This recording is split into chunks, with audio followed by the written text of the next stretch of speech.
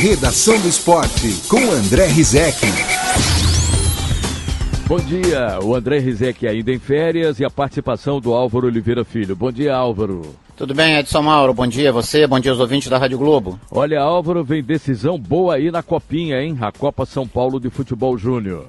Pois é, a julgar pelas semifinais, eu acho que a gente pode esperar um grande jogo na quinta-feira na decisão do título da Copinha de 2018, independentemente do que vai acontecer no segundo tempo de São Paulo Internacional. Ontem, na primeira semifinal, o Flamengo derrotou a Portuguesa, chega pela quarta vez à final da Copinha, nas outras 3 vezes que chegou, acabou campeão, e foi um grande jogo, Edson Mauro, um jogo melhor do que todas as partidas que eu vi de campeonato estadual de adultos até agora. Opa. Os marmanjos ficaram devendo para a garotada, viu? Que loucura, agora, hein, Álvaro? Pois é, o Flamengo conseguiu a vitória por 3-2, o Vitor Gabriel fez 2 gols, a Portuguesa abriu o placar logo no início do jogo com o Davi, né, o Vitor Gabriel empatou, depois o Flamengo conseguiu a virada com o Luiz Henrique e novamente com o Vitor Gabriel, fez 3-1, e aí poderia ter decidido o jogo, né? Teve bola na trave, teve o goleiro da Portuguesa fazendo grandes defesas, não aproveitou as oportunidades, no finalzinho do jogo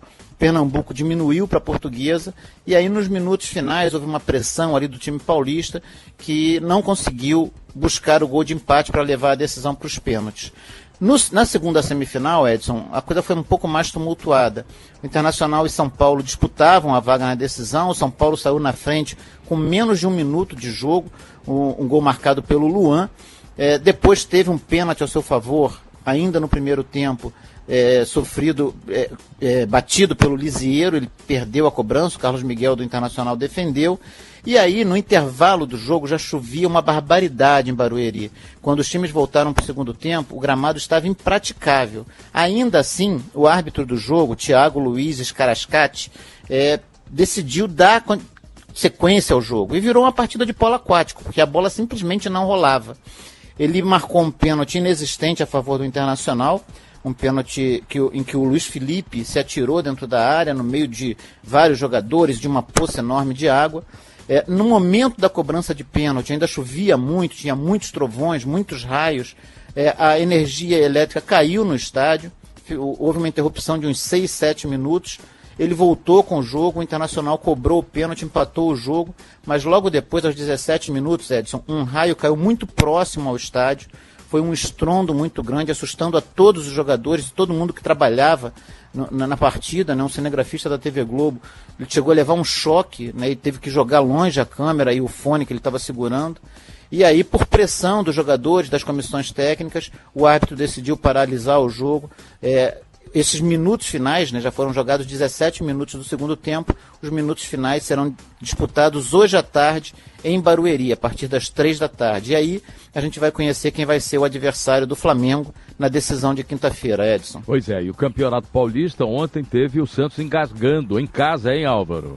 Pois é, a gente está falando de arbitragem, né? Vamos ter que falar de arbitragem também no jogo do Santos. O Santos não fez uma grande partida, bem diferente daquele jogo de estreia, quando derrotou o Linense por 3-0 e deixou todo mundo encantado com o futebol apresentado pela equipe do Jair Ventura.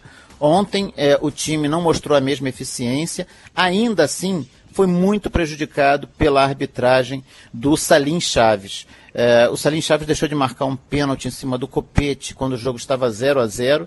Depois, o seu assistente, o Bruno Rizzo, anulou um gol legítimo do Arthur Gomes, assinalando um impedimento que ninguém viu, né? O jogador do Santos estava em condição legal. O Bragantino, no segundo tempo, conseguiu fazer 1-0 através do Guilherme Mates, zagueiro, né? E o Santos começou a pressionar, buscando o empate até o final do jogo, e aí a arbitragem mais uma vez cometeu um grande erro, né?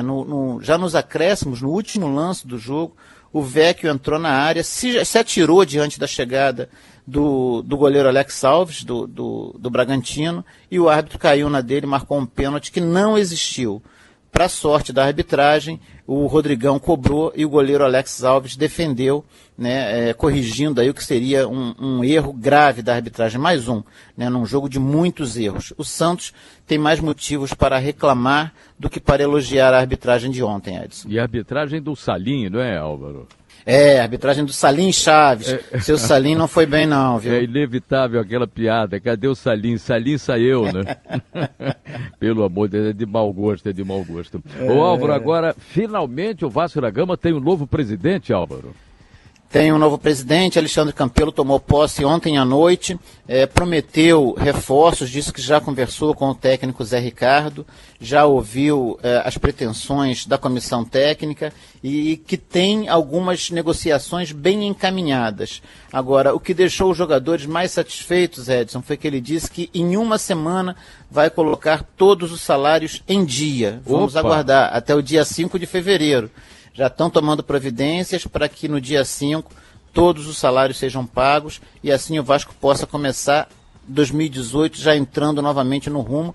Não custa lembrar que o Vasco tem alguns jogos ainda pelo campeonato estadual, mas o importante é o jogo do dia 31 contra o Universidade Concepción pela pré-Libertadores. E falando em campeonato estadual, Edson, ontem a FIFA informou à CBF que não autorizou essa história de 5 substituições no Campeonato Carioca. Veja você, a federação tomou essa decisão por conta própria, sem consultar ninguém, e agora o que vai acontecer? A partir da 4ª rodada, voltam as 3 substituições.